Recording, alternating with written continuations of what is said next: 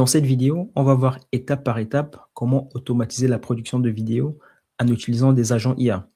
Je vous montre donc rapidement quelques vidéos qu'on a pu créer à partir de ce système. Donc, je vais dans mon dossier là, UGC, ok, donc contenu. Donc là, typiquement, je vais par exemple vous montrer cette vidéo-ci, ok. Les workflows agentiques deviennent la norme en 2026.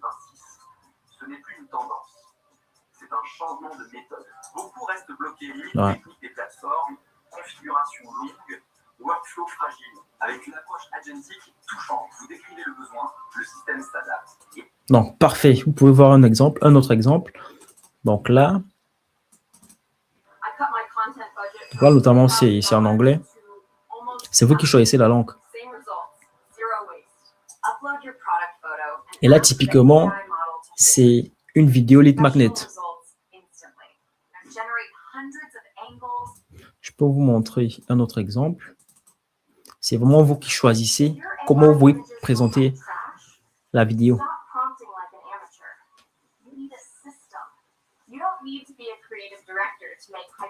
Parfait. Un autre exemple là. This is crazy. All these images are AI generated, yet no one can tell how. Tilted angles, handheld perspective, smartphone. Prompts are filling the internet. Vraiment pas mal. Et ça, c'est en fait une déclinaison. La première déclinaison, c'est la création de contenu. C'est également possible d'ajuster donc ce workflow pour faire de la production de vidéos publicitaires. Est-ce que c'est ce qu'on peut voir ici rapidement? On peut voir un petit exemple ici. Production de vidéos publicitaires.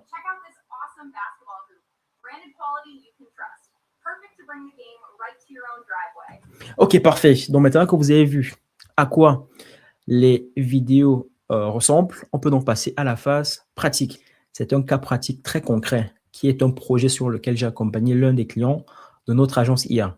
Je vais présenter rapidement son profil. Alors, le client, c'est un créateur d'applications, plus précisément un créateur de SaaS, qui veut donc automatiser le marketing de son application sur des plateformes comme LinkedIn, Instagram. Alors, il va faire ce qu'on appelle donc des vidéos lead magnet. Très exactement, c'est quoi? C'est simplement donc des vidéos où il va donc présenter de façon très pointue un concept. Par exemple, comment faire des vidéos publicitaires, ok? Et ensuite, il va dire à son audience que vous pouvez donc reproduire la même chose à partir du guide que j'offre gratuitement. Ok, donc les personnes qui sont donc intéressées vont donc lui faire un petit message dans les commentaires. Et à partir de là, il pourra donc envoyer le guide. Et en plus du guide, il va donc envoyer un lien qui va, par exemple, rediriger vers son application ou alors rediriger vers une offre de service. Donc, c'est ça exactement une vidéo lead magnet. Sa problématique est la suivante. En tant que créateur de SaaS qui veut automatiser donc son marketing, il a un véritable problème de temps. C'est-à-dire que pour faire ces différentes vidéos lead magnet, il doit en fait s'asseoir, enregistrer, faire le montage. Et tout ça, ça nécessite donc une certaine organisation et un certain budget. Donc, avec ces contraintes-là, la constance devient très difficile. C'est donc la raison pour laquelle il nous a contactés, pour qu'on puisse donc l'accompagner dans l'automatisation de sa création de vidéo marketing. Donc, la solution qu'on lui a proposée, c'est simplement donc créer un workflow sur N8N qui va donc utiliser différents outils, à savoir Google Sheet. C'est vraiment l'outil le plus important ici. Dans Google Sheet, il aura donc la possibilité de paramétrer exactement les vidéos qu'il souhaite. OK? Donc, Google Sheet, ça sera l'outil principal. Et les différents agents IA qui vont donc permettre la production de vidéos vont donc s'appuyer ici sur un certain nombre de modèles comme VO3, Nano Banana et Sora 2. Avant de passer à la phase pratique, je vais vous montrer brièvement l'architecture du système qu'on lui propose. Donc, le premier élément, Google Sheet, c'est simplement donc ici là, son tableau de bord à partir duquel il aura la possibilité de paramétrer ses différentes vidéos. OK? Donc, une fois qu'il va donc renseigner ce qu'il souhaite dans ses vidéos, toutes ces informations vont être acheminées dans N8N. Et dans N8N, il y aura donc un certain nombre d'agents IA qui vont utiliser différents modèles. Et ces différents modèles sont simplement donc intégrés dans l'agrégateur KeyAI. Donc, on va aller tout d'abord donc dans le template Google Sheet qui ressemble donc à ça. c'est simplement donc un tableau avec un certain nombre de colonnes qu'on va donc renseigner étape par étape. Et pour que vous puissiez donc de votre côté utiliser le workflow, je vous ai créé un template qui est quasiment vide. Vous pouvez donc simplement paramétrer le contenu des vidéos que vous voulez générer. J'ai également créé une documentation qui vous permettra donc de répliquer tout ce qu'on va faire là, étape par étape. Le lien, il est dans la description. Donc, on va aller dans notre Google Sheet et je vais vous présenter donc les différentes colonnes. La première colonne, ID, c'est simplement donc pour représenter l'identifiant d'une vidéo. OK? Donc, grosso modo, qu'est-ce qui se passe? Chaque ligne, comme vous pouvez l'observer en fait, représente une scène d'une certaine vidéo. Donc là, quand je définis 4 lignes pour la vidéo 1, ça veut dire qu'en fait, la vidéo 1, elle est constituée de 4 scènes. Chaque scène, en fait, représente une vidéo d'une longueur variable en fonction du modèle qu'on va utiliser. Donc, ce qui est intéressant ici, c'est que vous pouvez vous-même définir la longueur de votre vidéo finale. Vous avez simplement donc à choisir le nombre de scènes. Donc, pour une vidéo donnée, vous pouvez choisir qu'il y ait une seule scène, 2 scènes, 5 scènes, 10 scènes, 20 scènes, 100 scènes. C'est vraiment vous qui décidez. Vous voyez, vous pouvez véritablement donc créer même un film avec ce système-là. Donc, ça, c'est la première colonne qui est simplement donc l'identifiant de la vidéo. La seconde, c'est le script. Alors, pour chacune des scènes de votre vidéo, vous allez donc définir un script. Et ici, le script, il va donc être relatif à une vidéo, soit de 8 secondes, si vous voulez utiliser le modèle VO3, soit d'une longueur donc de 10 secondes, si vous voulez utiliser le modèle Sora 2. Et pour ajuster correctement la longueur de chaque script, vous pouvez par exemple utiliser ChatGPT. C'est-à-dire, si vous avez en tête le script que vous souhaitez, vous l'écrivez et vous demandez donc simplement à ChatGPT de s'assurer que sa longueur correspond à la durée de la vidéo que vous souhaitez. OK? Donc ça, c'est le cas numéro 1. Le cas numéro 2, c'est que vous n'avez pas du tout d'idée de script. Vous allez donc simplement aller dans ChatGPT et vous allez lui donner par exemple le sujet, la thématique que vous voulez aborder et ChatGPT va vous rédiger donc un script d'une longueur variable, soit 8 secondes, soit 10 secondes. Parfait. Ensuite, la colonne avatar URL. C'est une colonne super importante. Pourquoi? Parce que c'est dans cette colonne qu'on va donc choisir l'avatar qui va donc être présent dans notre vidéo. Donc, je vais vous montrer un exemple. Si je clique là, j'ai par exemple la dame qu'on a vue tout à l'heure dans les vidéos. Ça, c'est par exemple un avatar. Donc, pour la vidéo 1, c'est uniquement cette dame que j'ai choisie comme avatar. OK? Très bien. Pour la vidéo 2, par exemple, on peut voir que j'ai changé d'avatar. Donc, c'est une autre dame. OK.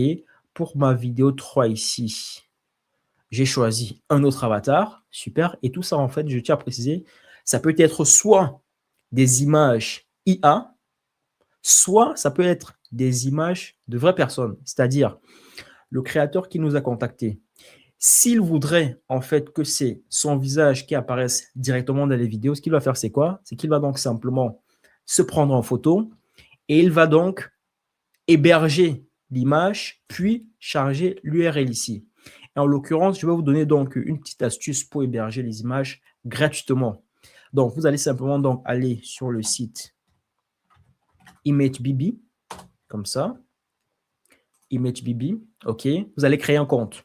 Et quand vous allez créer un compte, en fait, vous aurez la possibilité d'héberger des images gratuitement. Donc, pas besoin de prendre un plan payant. Donc, vous créez le compte simplement et ensuite, vous uploadez vos différentes images dans cet outil. OK, donc on revient là. L'avatar URL, vous avez compris. C'est simplement donc l'URL de l'avatar que vous souhaitez utiliser. Ensuite, on a l'environnement.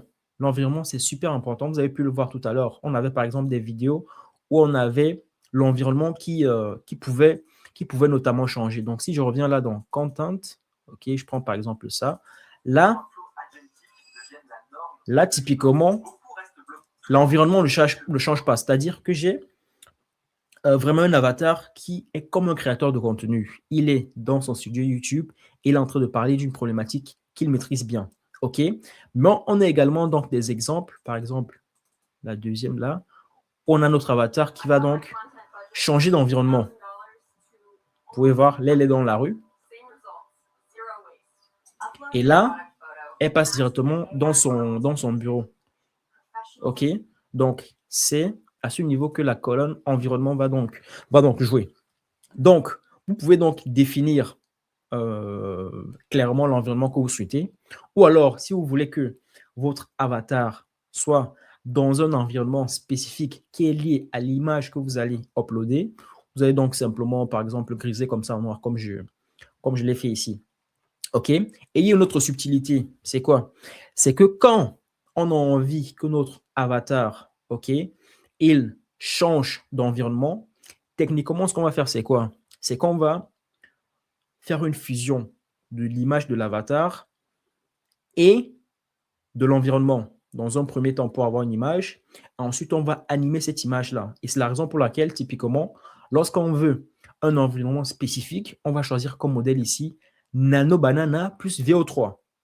Pourquoi? Parce que Nano Banana va nous permettre en fait de faire l'agrégation, la fusion entre l'avatar et son environnement. OK?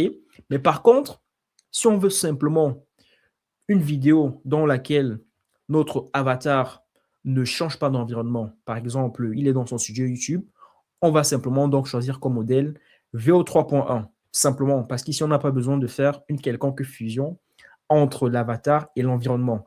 Donc, gardez bien ça à l'esprit. Et enfin, le dernier modèle que vous pouvez utiliser, donc, c'est Sora 2. Je tiens à préciser que c'est un modèle qui n'accepte pas en input les visages de vraies personnes. Donc, si vous prenez par exemple cette image, OK, avec une vraie personne, et que vous lancez donc le modèle, vous allez obtenir une erreur parce que Sora n'accepte pas les photos avec des visages humains. Donc, si vous voulez utiliser Sora, ça sera par exemple avec des visages d'animés, ou alors vous n'allez simplement pas préciser donc de visage, c'est-à-dire le modèle va générer automatiquement un visage aléatoire.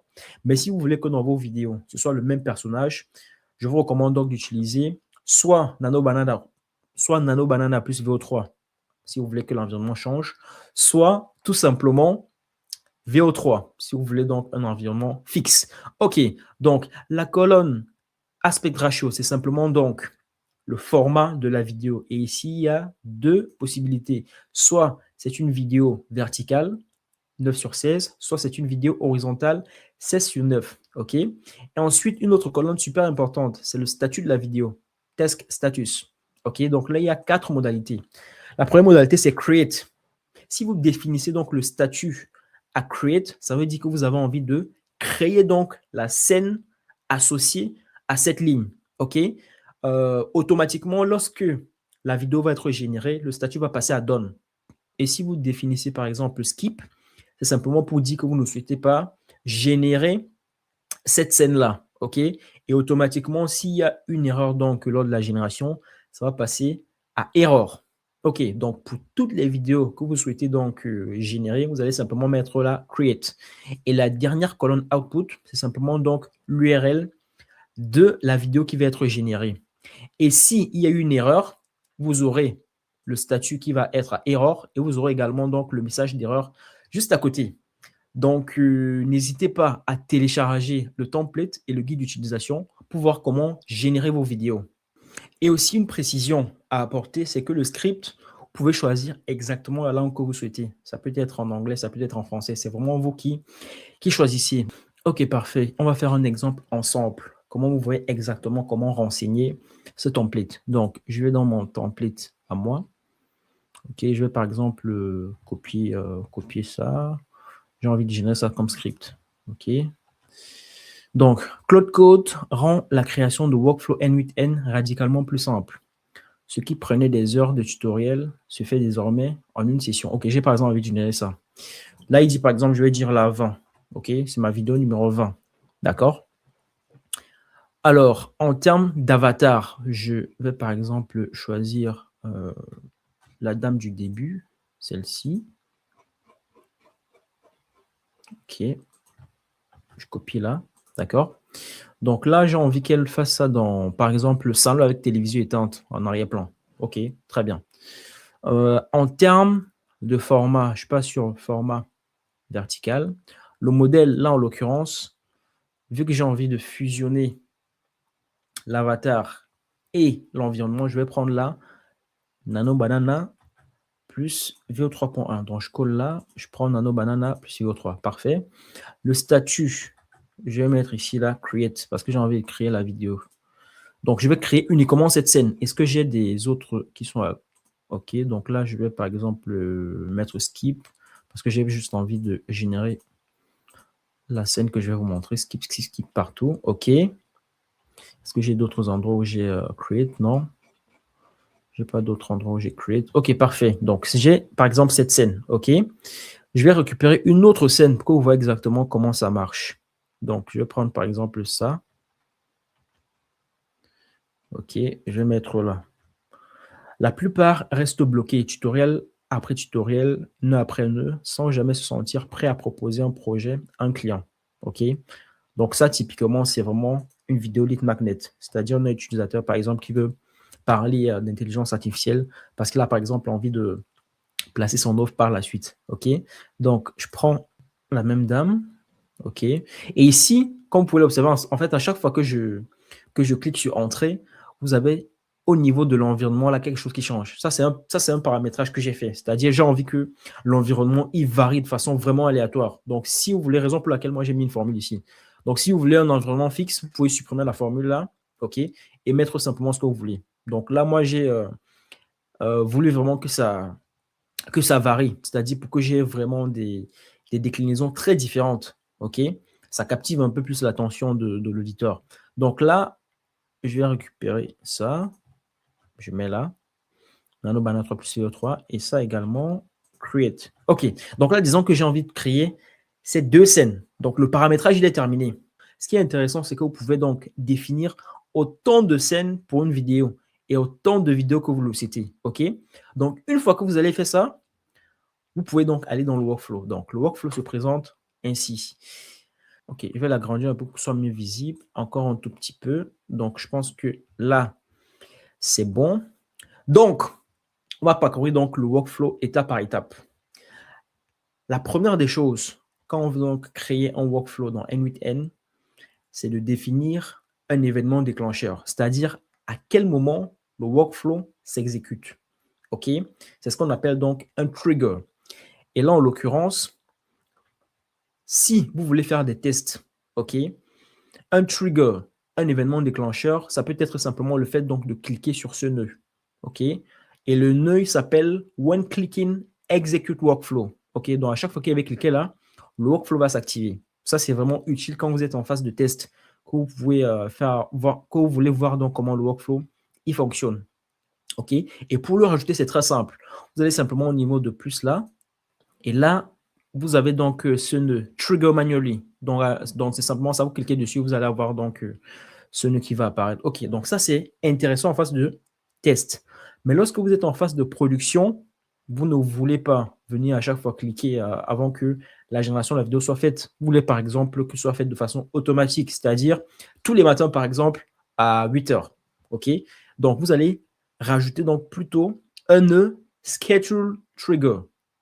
Donc, c'est simplement un nœud qui permet donc de définir la fréquence, l'heure à laquelle on veut que la production se fasse. OK? Et pour le rajouter, c'est très simple. Vous allez donc simplement cliquer ici sur plus et vous allez écrire là schedule. OK? Et vous avez donc le premier nœud là qui apparaît, schedule trigger. Ça veut dire c'est simplement donc de la planification que vous allez faire. Donc, si je double-clique dessus, on peut voir comment elle se présente. Donc là, vous allez simplement donc définir la fréquence à laquelle vous voulez que la production se fasse. OK, donc là, par exemple, c'est tous les jours. J'ai ici la trigger interval days.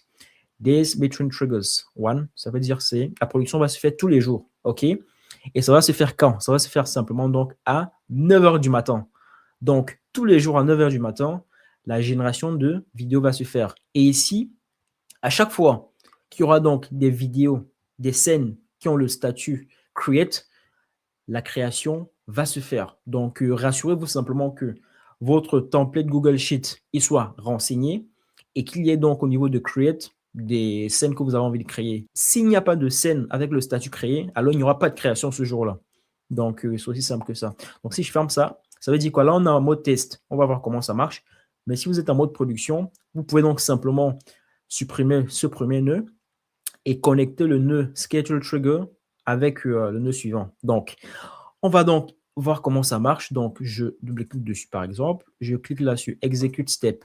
OK, vous pouvez voir le petit vert qui apparaît là. Ça veut dire que le nœud il a été bien exécuté. Donc, on passe ensuite au nœud suivant. Le nœud suivant, c'est un nœud Get Rows in Sheet. Ça veut dire quoi? C'est simplement donc un nœud Google Sheet qui nous permet donc de récupérer des lignes, de lire des lignes qui sont dans notre fichier Google Sheet. Donc là, en l'occurrence, on a envie de lire uniquement ces deux lignes. C'est elles qui nous intéressent. OK? Donc, ce qu'on va faire, c'est quoi? C'est qu'on va donc paramétrer notre Google Sheet de telle sorte qu'il puisse d'abord se positionner dans le bon fichier. Donc, première des choses à faire, c'est de créer d'abord la connexion entre Google Sheet et N8N. Donc, ça passe par des credentials. C'est simplement donc des identifiants. Donc, comment le faire si vous ne l'avez jamais fait? Déroulez simplement là. Cliquez sur Create New Credential. OK. Et à ce niveau, vous allez donc simplement cliquer sur Sign in with Google. Et vous allez donc vous connecter sur votre compte Google. Et rassurez-vous que votre template, il est donc dans le compte Drive qui est associé à ce compte Google. OK, donc on va fermer ça, on ne va pas créer. C'est vraiment très simple. Donc là, j'ai mon authentification qui est bonne. Qu'est-ce que je fais après? Comme ressource, je vais choisir là simplement Sheet within Document. OK, donc c'est simplement donc pour dire que j'ai envie de lire un fichier Google Sheet. L'opération qu'il veut faire, c'est quoi? C'est faire la lecture de lignes. OK, donc je choisis ici la Get Rows. Et ensuite, je choisis donc le Google Sheet en question. Donc là, le nom, c'est Create. Vous déroulez simplement là où vous choisissez le nom. OK. Ensuite, la feuille de calcul dans laquelle il y a donc toutes mes informations, c'est la feuille 3. Vous pouvez le voir ici, c'est la feuille 3. Donc, en l'occurrence, ça sera la feuille 1. OK.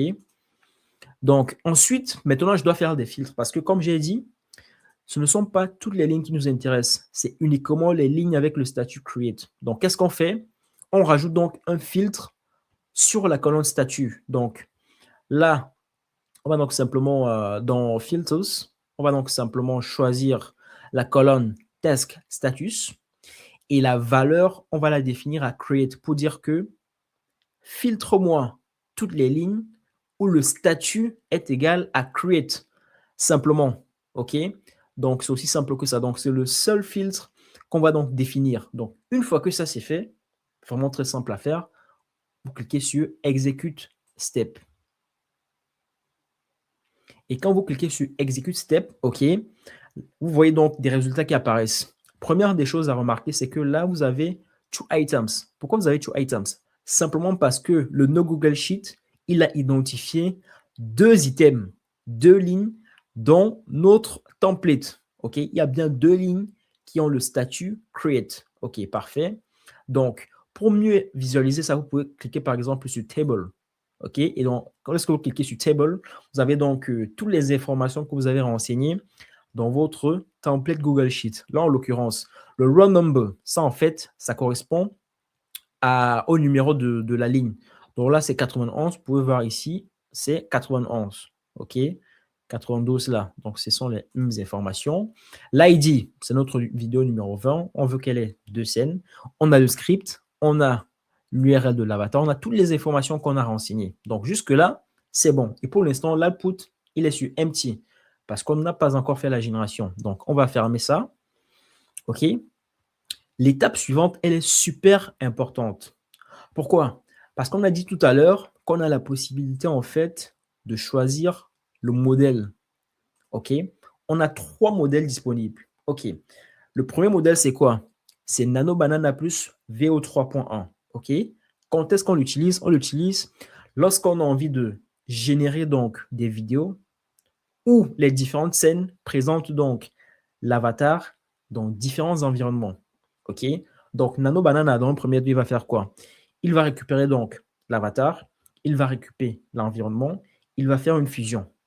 Et une fois que l'image est générée, le modèle VO3.1 va donc animer l'image. Aussi simple que ça. Le second modèle, VO3.1, c'est simplement donc lorsqu'on veut générer une vidéo avec différentes scènes où l'avatar est dans le même environnement. Et cet environnement correspond à l'environnement vraiment de l'image. OK? Et le dernier, c'est simplement donc Sora 3. Comme on l'a dit, c'est pour des vidéos où on n'a pas à choisir l'avatar qui a un visage humain. Donc, on laisse le modèle, par exemple, générer un avatar, ou alors on choisit donc comme avatar une personne qui n'est pas un humain. Ça peut être donc un animé, ça peut être un animal. OK? Donc, vu qu'on a 3 modèles, il faut donc définir 3 possibilités. Donc, le traitement n'est pas le même en fonction du modèle qu'on choisit. OK? Donc, raison pour laquelle on va donc rajouter là un nœud switch. Les nœuds switch, ils sont super importants parce qu'ils permettent en fait de définir une route. OK? Pour un traitement particulier. Donc, le nœud switch, comment vous l'ajoutez? Cliquez simplement là sur plus. Et vous écrivez simplement la switch. Hein. Vous avez le premier nœud là. Tout à l'heure, je ne vous ai pas montré comment rajouter le nœud Google Sheet. OK? Vous allez simplement donc cliquer sur plus. Vous écrivez simplement Sheet. Sélectionnez. OK? Et ensuite, vous choisissez quoi? Vous choisissez Get Rows in Sheet simplement. Et ça va afficher ce nœud. Donc, pour notre nœud switch, comment il est paramétré? Donc, le nœud switch, en fait, il permet simplement de définir des routes différentes en fonction du traitement. Donc, on fait du conditionnement. Donc, la première condition qui correspond à la première route, c'est ici VO3. Comment elle est spécifiée? Elle est spécifiée de la sorte. Si le modèle, alors le modèle, comment on l'identifie? Le modèle, on l'identifie simplement à partir de cette variable, la variable model, que vous pouvez voir ici. Donc, si on fait un drag and drop de cet objet et qu'on le dépose ici, alors sa version sous forme donc de syntaxe JSON se présente donc comme ça. OK, pas besoin de retenir en tête comment la syntaxe se présente. Vous faites simplement un drag and drop de l'objet modèle. OK, vous le déposez là. Et rassurez-vous en fait que vous avez bien choisi expression parce que là, c'est une expression, c'est une syntaxe. OK, donc première condition, si le modèle est égal à VO3.1, OK, alors définis-moi une route VOO, simplement. Donc, pour définir donc le nom de la route, il faut d'abord cocher ici sur Rename Output. Donc, vous cochez sur Rename Output, vous allez voir donc le paramètre Output Name qui va s'afficher et vous pouvez donc choisir le nom que vous voulez. Et le nom là, c'est lui qui va s'afficher à ce niveau. OK? Je fais la même chose pour les deux autres possibilités. Donc, si le modèle, je fais un drag and drop de modèle, est égal à nano plus VO3.1, OK? Et c'est exactement ce qui est écrit ici. C'est exactement ce qui est écrit ici, nano plus VO3.1. VO3.1 et l'autre, vous avez Sora 2. OK? Donc, vous devez écrire les mêmes noms en fait. Donc, si le modèle est égal à nano plus VO3.1, alors définis-moi une route nano plus VO. Et la dernière condition, c'est si le modèle est égal à Sora 2, définis-moi une route Sora 2. Donc là, en l'occurrence, vu que pour les scènes qu'on a donc définies là, le modèle c'est Nano Banana plus VO3.1, automatiquement, la route qui va être activée, c'est simplement la deuxième route là. Donc, vérifions-le, on clique simplement donc sur exécuter ici. Et vous pouvez bien voir qu'on a du vert au niveau de cette route. Donc, jusque-là, tout est bon. OK? Donc, on passe donc dans la route Nano Banana plus VO3. Donc, globalement, le fonctionnement entre VO3 et Sora, il est le même. C'est juste le modèle qui change. C'est-à-dire, VO3, on n'a pas besoin de faire en fait initialement une fusion entre l'avatar et l'environnement. On prend directement l'avatar qui est déjà dans un environnement et on anime la vidéo. Et c'est pareil pour Sora. Ici, on n'a pas besoin de faire une fusion entre l'avatar et un environnement. On anime directement l'image qui nous est donnée. Alors que le comportement est un peu différent avec Nano Banana plus VO3 parce qu'on en a d'abord besoin de faire dans un premier temps une création d'image. On va donc fusionner avatar plus environnement. Et à partir de l'image qu'on va obtenir, on va donc ensuite faire une vidéo. OK? Donc, gardez ça bien en tête. Donc, on est donc au niveau de notre route Nano Banana plus VO3. On veut générer une image qui va donc agréger l'avatar et l'environnement. Première des choses à faire, on a besoin d'un prompt.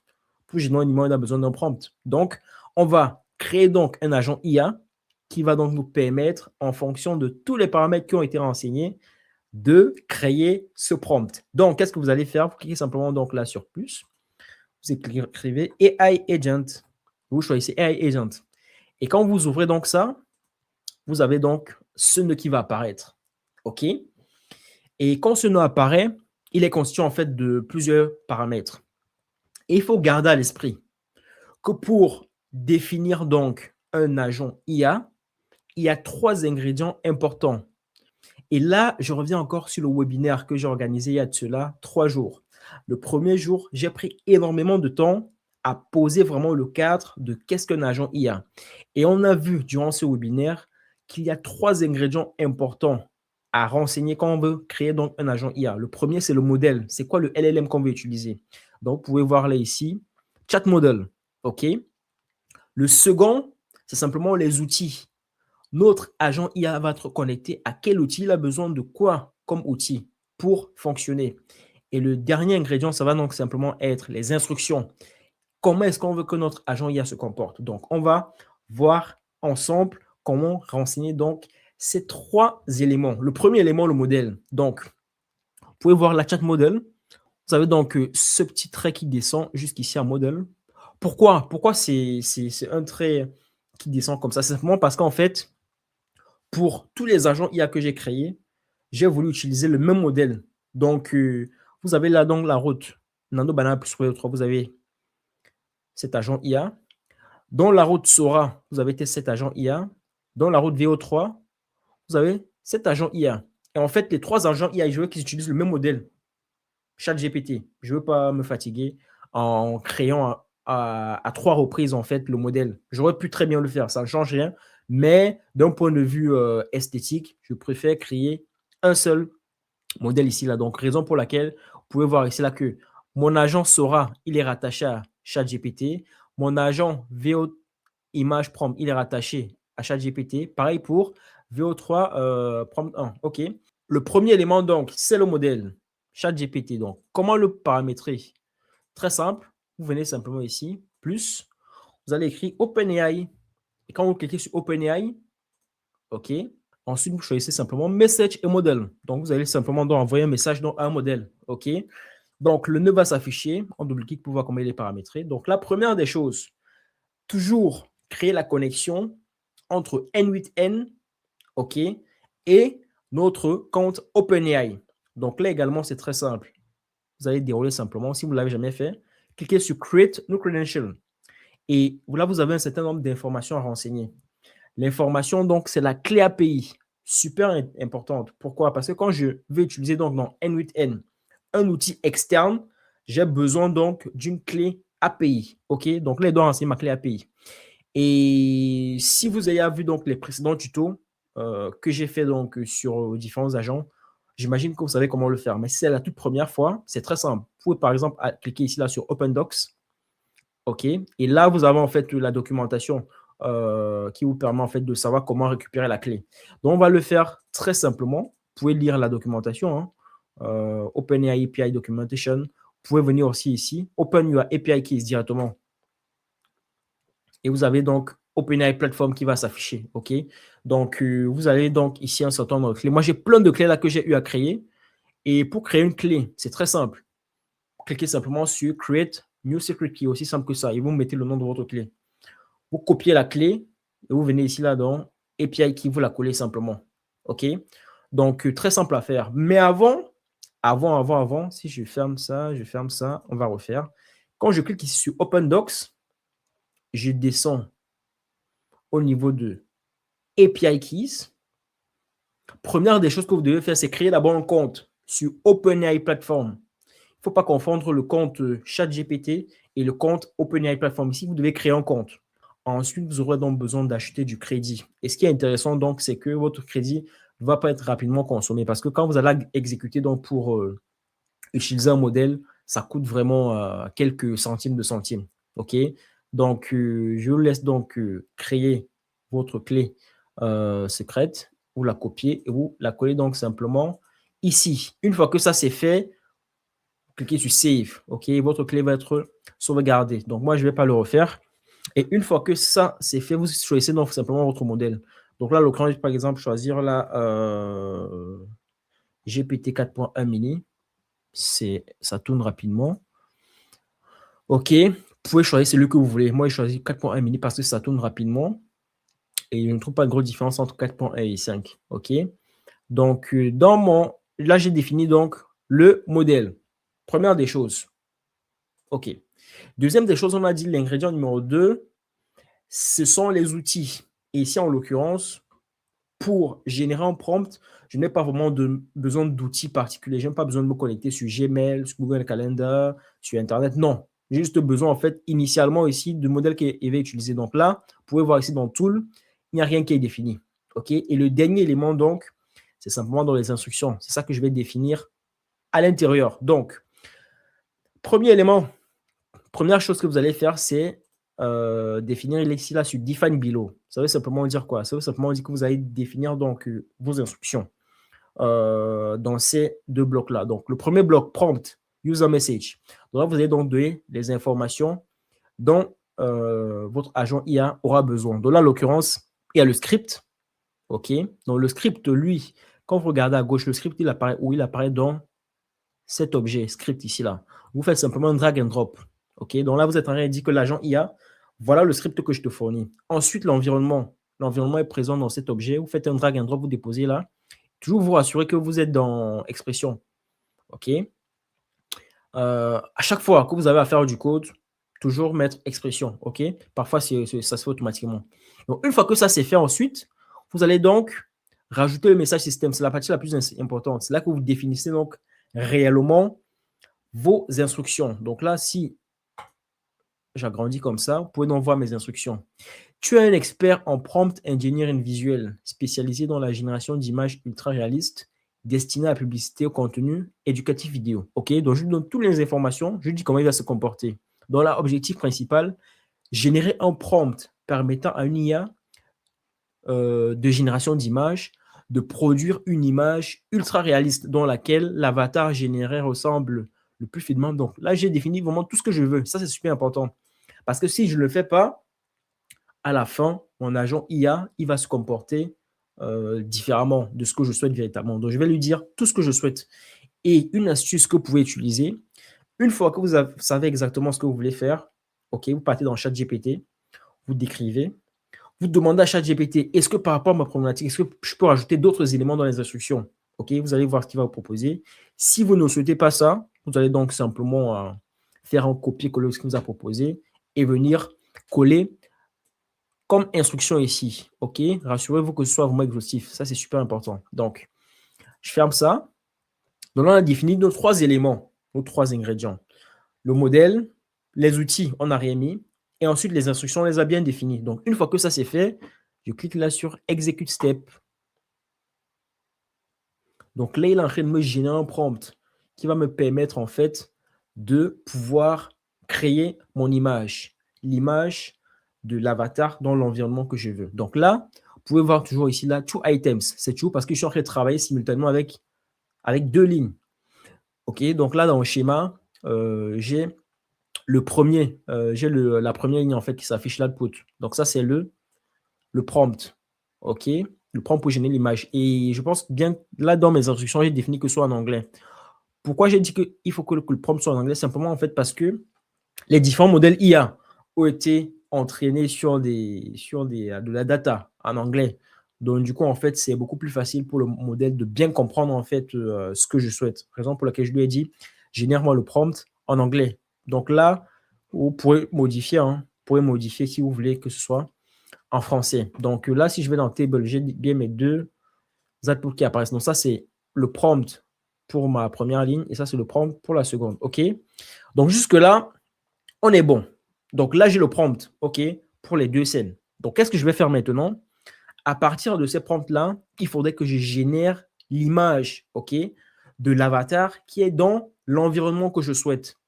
Donc là, c'est à ce niveau que Nano Banana intervient parce que Nano Banana, c'est un modèle de génération d'images. Et pour utiliser donc des modèles de génération d'images vidéo, vous allez passer donc à 90% par le nœud HTTP request.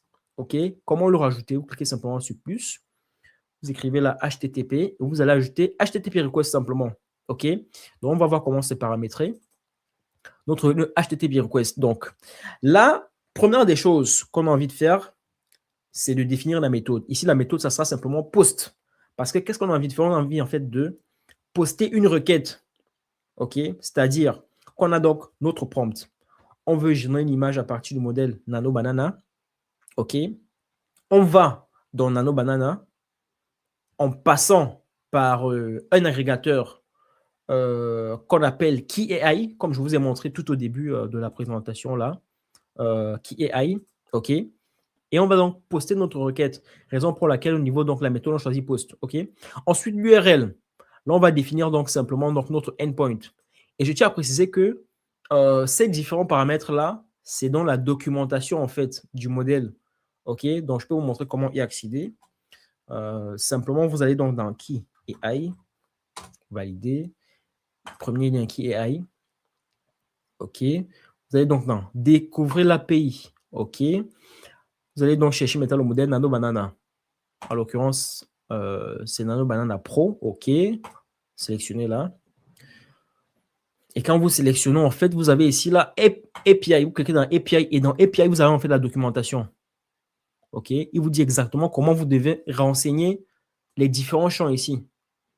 OK. Donc, si vous n'êtes pas habitué à faire ça, si vous n'avez jamais fait ça, ce que vous pouvez faire simplement, c'est quoi? C'est vous venez là dans Nano Banana. C'est que vous venez simplement ici dans N8N, vous faites une capture d'écran. OK? Vous collez ça dans ChatGPT. Vous venez dans KeyAI et vous faites un contrôle A pour récupérer donc toute la documentation. OK? Vous collez ça dans ChatGPT et vous lui demandez donc comment, à partir de la documentation de KeyAI, je vais donc renseigner mes différents champs dans N8N. Il va vous décrire exactement ce que vous allez faire. Donc, ça, c'est une façon. Si vous voulez donc utiliser donc une API, n'importe quelle API, vous pouvez procéder comme ça si vous ne savez pas exactement comment renseigner ces différents champs. Donc, moi, je vais vous montrer. L'URL, c'est le endpoint. OK? Ça correspond à quoi? Ça correspond simplement à ça. C'est ça le endpoint. C'est-à-dire que dans un premier temps, on va mettre ici là le site d'abord. Le site, c'est-à-dire HTTPS jusqu'à key.ai. Et ensuite, tout le reste, ça correspond à ça. On copie simplement, c'est en call. Ça vous donne notre endpoint. C'est-à-dire, c'est en fait cette fonctionnalité qu'on a envie d'interroger. OK? Étape suivante, l'authentification. Comme précédemment, la même chose, hein, vous déroulez. Vous choisissez donc ici la Generic Credential Type. OK? Vous pouvez ici choisir Predefined Credential Type. Ça, c'est dans certaines situations. OK? Ça, c'est quand la connexion est déjà donc pré-paramétrée dans N8N. Ici, ce n'est pas le cas. Donc, vous choisissez donc Generic Credential Type. OK? Ensuite, vous choisissez ici la Header Hot. Et ensuite, dans Header Hot, vous allez créer donc votre connexion. Donc, Create New Credential. Et vous allez donc renseigner deux informations, le nom de la connexion et la valeur. Donc, pour renseigner donc ces deux informations, très simple, vous allez simplement donc dans KeyAI. Vous repartez au niveau donc de la page d'accueil. OK. Cliquez sur Découvrir les pays. Et là, vous allez donc dans Clé API. Donc, Clé API, en fait, vous aurez la possibilité de générer donc une clé API. Une fois que ça c'est fait, vous allez donc mettre un peu de crédit pour pouvoir utiliser donc les différents modèles de KeyAI. Et pourquoi j'utilise KeyAI? Parce que, en fait, c'est un agrégateur qui a plein de modèles, pratiquement tous les modèles les plus intéressants sur KeyAI. OK? Donc, vous avez également une autre plateforme qui s'appelle FalAI. Vous pouvez également utiliser, c'est le même principe, c'est toujours des agrégateurs. Donc, plutôt que de passer directement par l'API de Google, vous pouvez passer donc par un agrégateur comme ça. Vous pouvez passer aussi par Google directement, mais ce que moi je préfère faire, c'est passer par des agrégateurs. Comme ça, j'ai à créer une seule clé pour tous les outils que je vais utiliser. Donc, une fois que vous avez créé votre clé API, vous venez là, vous collez donc le nom, vous collez donc la valeur, et c'est bon. Vous cliquez sur sauvegarder, et c'est bon. OK? La connexion est OK. Ensuite, on va donc définir notre requête. OK? On va donc décocher ici SendBody pour dire qu'on a envie d'envoyer donc le corps de la requête. Et le corps de la requête, donc, il est de type ici là. Body Content Type, c'est simplement donc raw. Vous pouvez choisir donc simplement ici raw. Et le Content Type, c'est Application JSON. Donc là, ce sont les informations qui sont dans la documentation de Nano Banana. Donc, si je viens là, Nano Banana. toutes les différentes informations dans API. Il y a toutes ces informations, en fait, dans la documentation. OK, donc vous pouvez suivre simplement la documentation. Vous pouvez donc faire exactement ce que je fais. OK. Et le corps donc de la requête, c'est simplement ça. C'est simplement ce JSON-ci que vous pouvez donc pourrez donc simplement donc copier-coller. OK, donc là on dit quoi? Là on dit simplement qu'on a envie d'utiliser le modèle Nano Banana Pro. OK. Le prompt, c'est ce qui nous a été fourni dans le nœud précédent. OK, c'est ça ici. C'est simplement un drag and drop qu'on fait ici là. OK. Ensuite, comme image, on a envie d'utiliser quoi? On a envie d'utiliser l'image donc de notre avatar. Donc on va faire simplement donc c'est dans quel nœud déjà? C'est dans le tout premier nœud, non? Le second, ouais, ici là. C'est dans ce nœud ici. Get rows in sheet. On a là avatar URL. On fait un drag and drop, on dépose ici pour dire que ça, c'est l'image qu'on va utiliser. Le format de l'output, vous pouvez choisir, vous pouvez prendre, il y a deux formats possibles. Ça, c'est PNG, soit c'est JPG. Donc là, je choisis PNG. Le ratio, OK. L'output format, donc là, vous avez deux extensions possibles. Soit c'est PNG, soit c'est JPG. Le format, vous faites simplement un drag and drop de aspect ratio. Et la résolution, vous pouvez prendre, il y a trois résolutions possibles. Soit c'est 1K, soit c'est 2K, soit c'est 4K. 1K et 2K, c'est le même tarif. Je pense que 4K, c'est un peu plus cher. Donc, vous pouvez choisir 2K, c'est super bien. OK, ça, c'est ce que vous allez définir comme corps de la requête. Et vous avez le résultat que ça donne ici. Donc, vous pouvez voir donc les résultats à côté. Vous avez là votre URL, vous avez donc là votre prompt. OK. Une fois que ça c'est fait, on va exécuter. Et là, on va devoir avoir notre image qui va être générée. Donc là, je clique sur Execute Step. OK, parfait. Qu'est-ce qu'on peut voir? Si je vais là dans Table, on peut voir nos deux lignes qui sont exécutées. Dans Schéma, bien là dans le schéma. Je peux voir là le code 200, Message, Success. Ça veut dire quoi? Ça veut dire qu'en fait, la génération de l'image a commencé avec succès. OK? Ça, c'est ce que ça veut dire. On a donc l'identifiant de la tâche. C'est ça. OK? Mais par contre, ce que je fais ensuite, c'est super important et ça s'appelle la méthode polling. Pourquoi je fais ça? J'explique. Quand je lance la génération d'une image, OK, la génération est lancée avec succès, mais je n'ai pas encore le résultat. OK? À un certain moment, je dois donc essayer de relancer une requête qui me permet de récupérer le résultat. OK? Mais par contre, si je lance par exemple cette requête-là 5 secondes après, je ne suis pas sûr que 5 secondes après, la génération est terminée. OK? Parce que parfois, il y a un délai qui dépend de plein de paramètres. Est-ce qu'il y a la bande passante? Est-ce que les serveurs de l'agrégateur sont suffisamment puissants? Il y a un delta entre les deux. Donc, lorsque je lance la génération, si je viens récupérer après 5 secondes, je ne suis pas sûr que je vais récupérer. Si je récupère, il se peut que la vidéo ne soit pas encore générée. Donc, la récupération ne donne rien. C'est vide. Si je viens après 10 secondes, je ne suis pas sûr. Si je viens après 20 secondes, je ne suis pas sûr. Donc, ce qu'il va faire, c'est quoi? C'est qu'il va essayer de récupérer de façon récursive. Donc, je vais venir d'un premier temps, 20 secondes après le lancement, je vais essayer de voir est-ce que la vidéo est disponible. Si la vidéo n'est pas disponible, je vais encore attendre 20 secondes et je vais revenir, OK, pour voir si c'est disponible, ainsi de suite. Ça me permet vraiment d'optimiser en temps. Donc, plutôt que de dire par défaut que je vais, par exemple, attendre 5 minutes, ce qui est suffisamment large, ça, c'est pas optimal. Parce qu'en fait, il se peut que si j'attends 5 minutes, par exemple, les 30 premières secondes, la vidéo peut être régénérée. Donc, j'ai 4 minutes 30 qui ne me servent à rien. Alors que quand je fais le polling, je viens, après 10 secondes, je viens voir, est-ce que c'était généré? Ça peut être généré, je reviens. Après 10 secondes, ainsi de suite. Donc, c'est ce qu'on va faire ici. Donc là, typiquement, j'ai rajouté d'abord un no-wait qui permet d'attendre.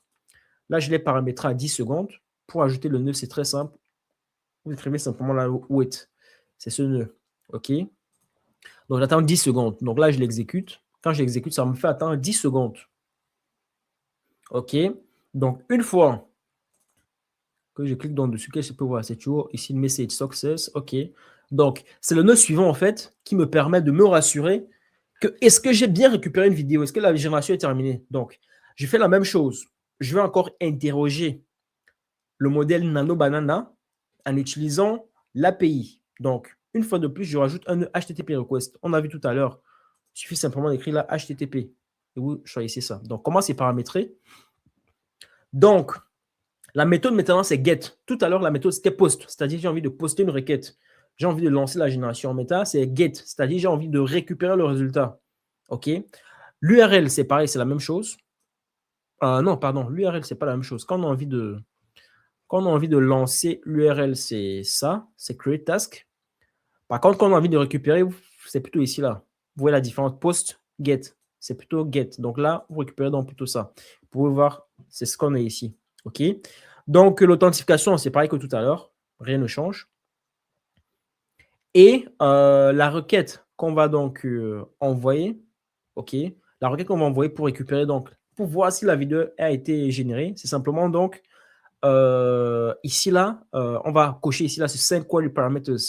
Et on va donc définir ici, là, le nom, task ID, et on va mettre la valeur de l'ID. La valeur de l'ID, c'est simplement donc ce qu'on avait précédemment ici, l'ID de la tâche. C'est ça qu'on va essayer de vérifier. Est-ce que l'ID de la tâche, cette tâche-là est terminée? OK, donc j'exécute, execute step.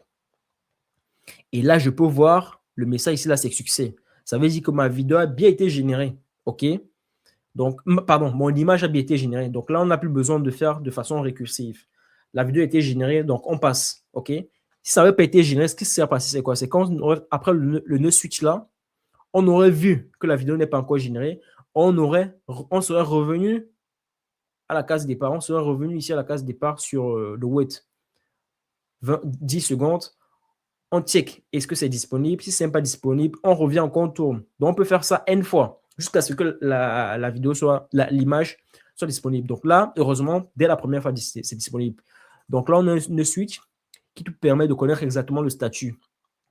Est-ce que l'image était récupérée succès? Est-ce que c'est toujours en cours de génération? Donc, si ça contient une extension ING. Donc, pourquoi c'est ING? Parce que comme vous pouvez le voir ici, au niveau du statut, il y a ces différentes valeurs possibles.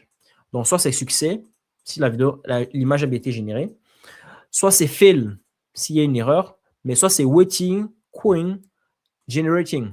Vous voyez, ça se termine par ing.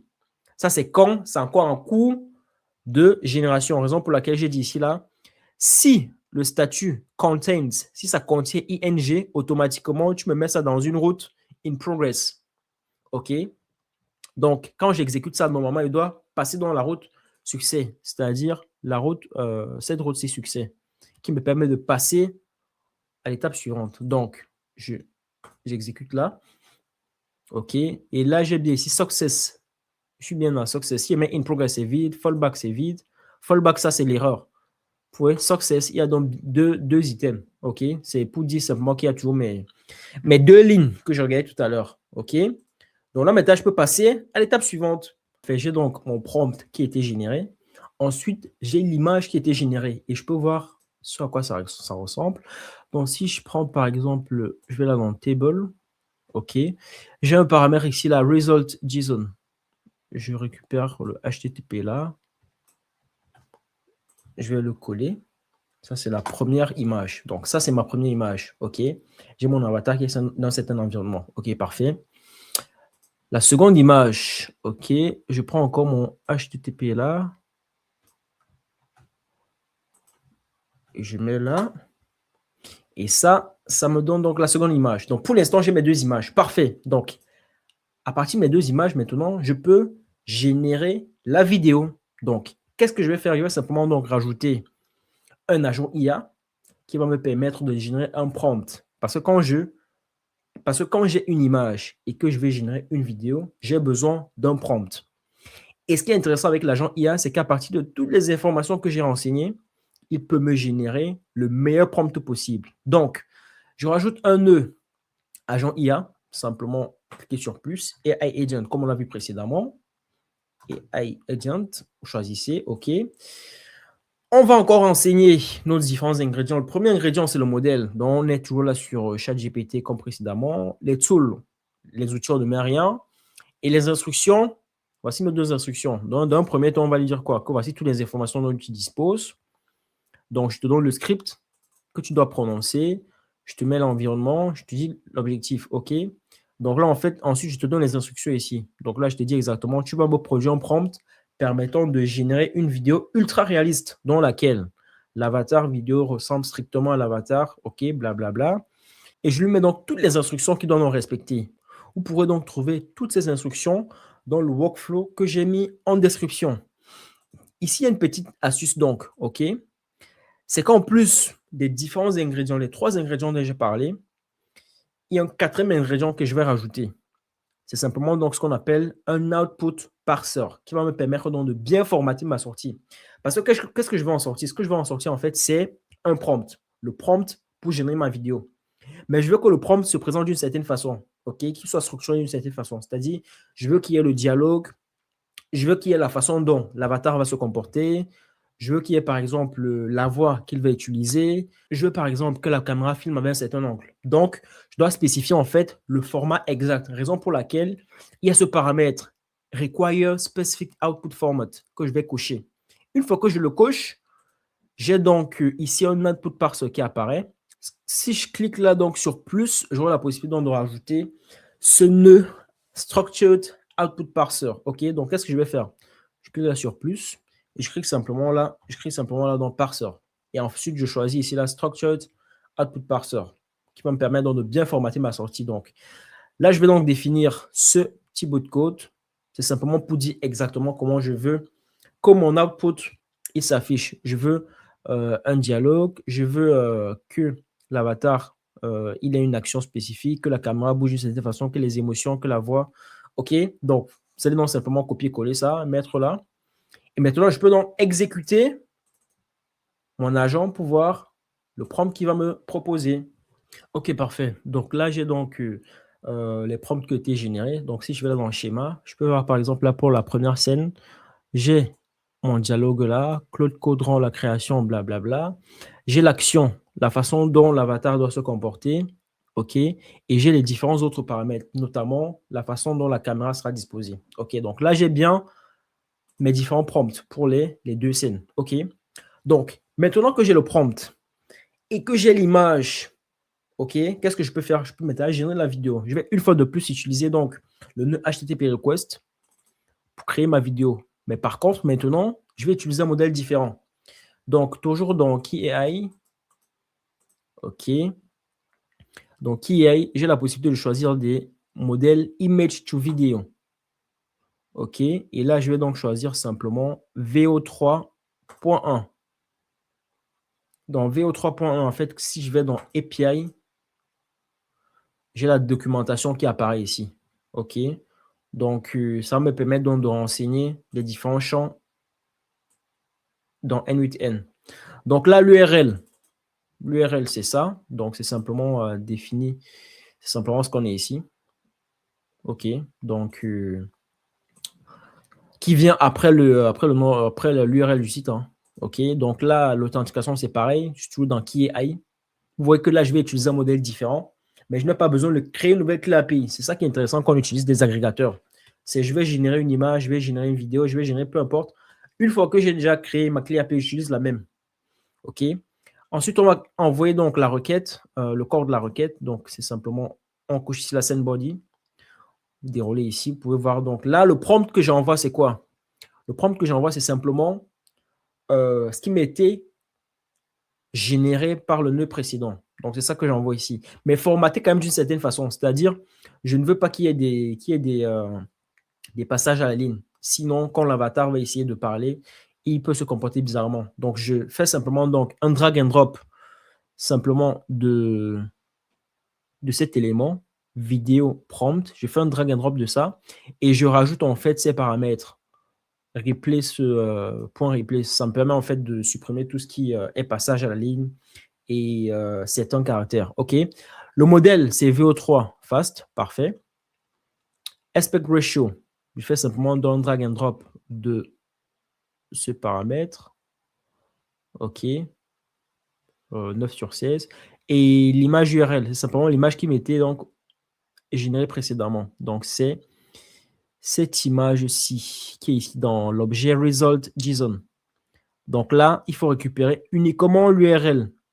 On va enlever le result URL, c'est la raison pour laquelle c'est il y a un petit ajout qui permet de récupérer uniquement l'URL. OK, donc une fois que ça c'est fait, je peux cliquer donc sur exécute. Et là, j'ai quoi? J'ai code 200, message success. OK, très bien. Task ID. Donc ça, c'est pour dire que la génération a commencé. Mais comme tout à l'heure avec l'image, je ne suis pas sûr de pouvoir récupérer directement la vidéo. Donc, je fais encore un système de polling. OK, donc là, j'attends 20 secondes ici. Maintenant, j'attends 20 secondes parce que généralement, la création de la vidéo, ça dure un peu plus de temps. D'un premier temps, 20 secondes. J'exécute là. Il va tourner pendant 20 secondes. OK, très bien. Donc, on peut voir la code. Pareil, OK. La tâche, ça, c'est le numéro de la tâche. OK. Ensuite, une fois que j'ai attendu 20 secondes, maintenant, je peux essayer de récupérer. Je vais essayer de récupérer. Est-ce que je vais récupérer un objet qui a été créé? Donc là, une fois de plus, c'est one HTTP request. Parfait. Il est paramétré presque de la même façon, sauf que là, c'est la méthode get. On essaie maintenant de récupérer. Et l'URL, c'est-à-dire le endpoint sur lequel on va taper, c'est différent. Tout à l'heure, c'était le post, mais là, maintenant, on avait le get. Donc, du coup, je vous laisse chercher exactement. Là, il y a le... Attends, je peux faire ici ça, get. OK, donc là, j'ai simplement envie de get VO3 vidéo detail. Ce n'est pas forcément envie d'avoir une vidéo HD ou en 4K. OK, donc là, ça, c'est donc l'URL. Vous pouvez voir ici. La connexion, c'est la même chose qu'on a fait ça à plusieurs reprises. Et ensuite, les paramètres, je déroule ici. Et je vais simplement donc essayer de voir si la tâche qui a cet ID a été générée. Donc, exécute. Et là, ça me dit quoi? Ça me dit success. Donc, si ça me dit success, ça veut dire que la vidéo a bien été générée. OK? Donc là, j'ai l'URL ici de la vidéo. Je récupère ça. OK? Et je l'affiche là. Ça télécharge. J'ouvre. Claude Code rend la création de workflow end-to-end radicalement plus simple. Ce qui prenait des heures de tutoriel se fait désormais en une session.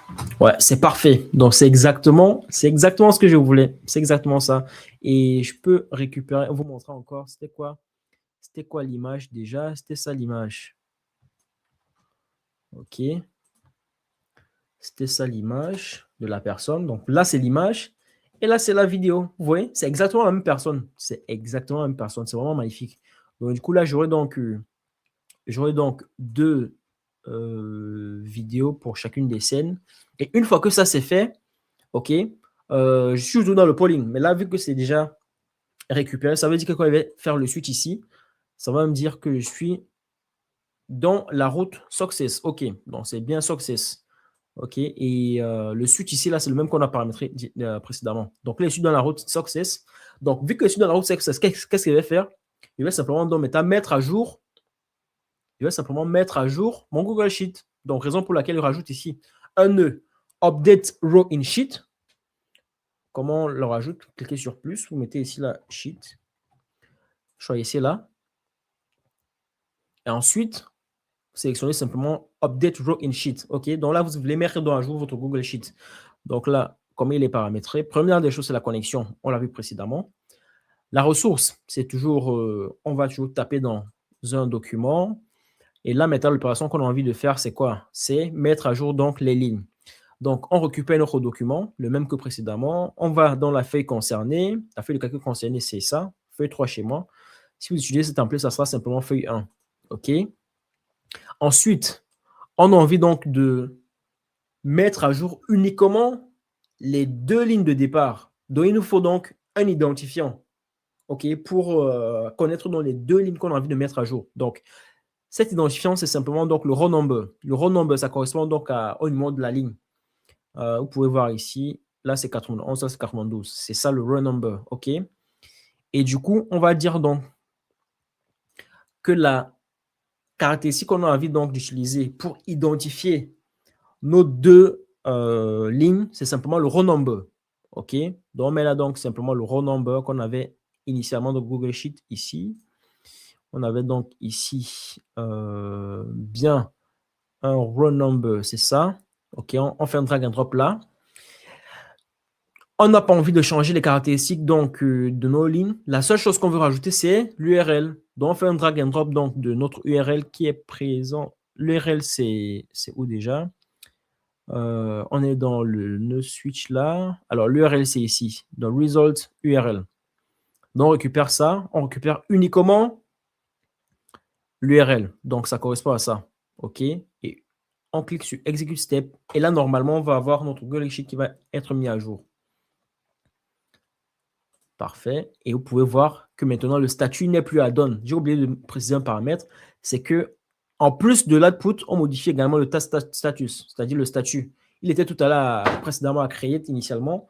Et là, il est passé donc automatiquement à add-on. C'est parce qu'on a dit ici qu'il veut que le statut soit metté à add-on. OK? Et c'est ce qu'on a ici. On peut donc ouvrir là. Claude Code rend la création de workflow end-to-end radicalement plus simple. Donc, du coup, là, on a donc nos deux scènes. OK, on a nos deux scènes. Ce qu'on aurait pu faire, en fait, directement dans N with N, c'est de faire la fusion des deux. La fusion des deux scènes. OK? Mais pour le projet avec notre client, on a décidé de ne pas faire ça. On a décidé, en fait, de lui laisser la possibilité donc, de faire lui-même le montage. OK? Comme ça, il peut rajouter des effets spéciaux. Et du coup, tout ce qu'il a à faire, c'est quoi? C'est aller simplement donc, dans un logiciel comme CapCut. Et CapCut, je tiens à préciser, c'est un logiciel qui est gratuit. OK? Dans CapCut, il va donc simplement faire quoi? Il va simplement donc mettre ces deux rushs, c'est-à-dire ces deux scènes, et il va animer comme il veut simplement. Il peut mettre des sous-titres, il peut faire plein de trucs.